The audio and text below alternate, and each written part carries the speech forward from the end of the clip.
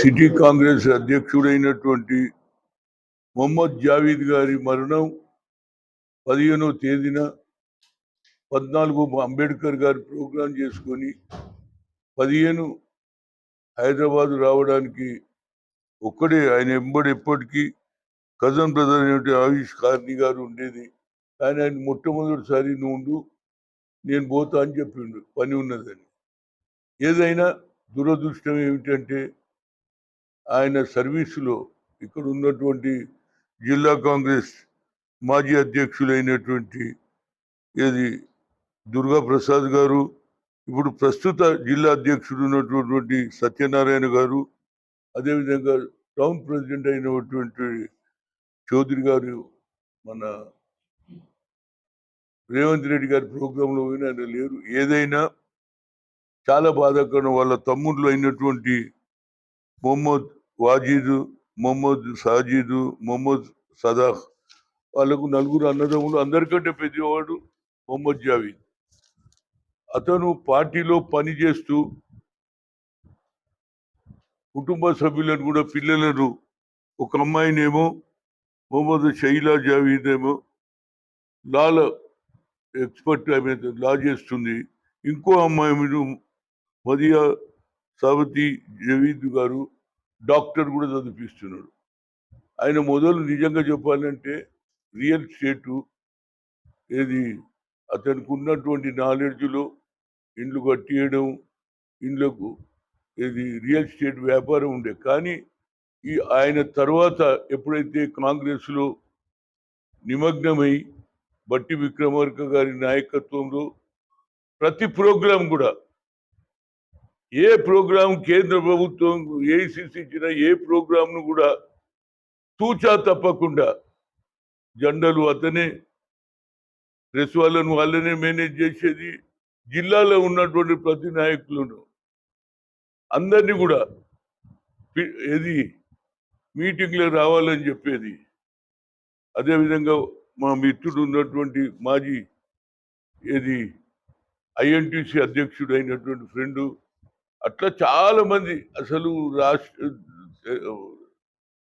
ఖమ్మం జిల్లాలో తెలియనటువంటి వాడు లేడు. ఊర్లో ఉన్న ఫోన్ చేసి పిలిచేది, అరే రండ్రాబాయ్ మీటింగ్ అని. ఇక సిటీలన మైనార్టీస్ కాదు, అతని పేరుకు మైనార్టీ, కానీ అందరికంటే హిందువులు ఎక్కువ లైక్ చేసేది ఆయన భాష, మాటల. అది అలాంటి వ్యక్తి నిజంగా చనిపోవడం నిజంగా కాంగ్రెస్కే ఎక్కువ నష్టం అనేది నా ఉద్దేశం. అలాంటి కార్యక్రమం ఎక్కడ ట్రైనింగ్ క్యాంపులు ఉంటే,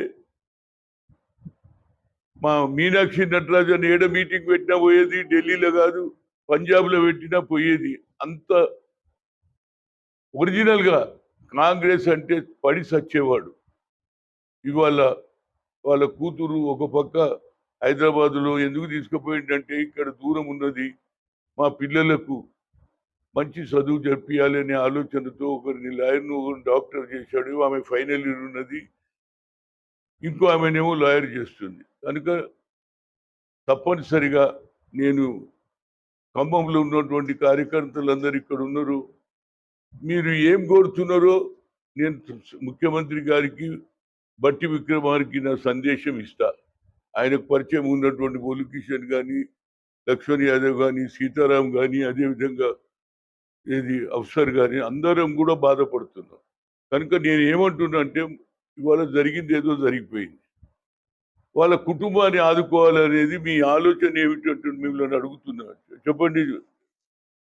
హలో చెప్పమ్మా దుర్గా ప్రసాద్, అదేవిధంగా సత్యనారాయణ, మిమ్మల్ని అడిగినాక మిగతా వాళ్ళని అడుగుతా. మీరు ఏమన్నారో అవే మాటలు ముఖ్యమంత్రికి, ఉప ముఖ్యమంత్రికి చెప్తాను. ఏం చేయమంటారు?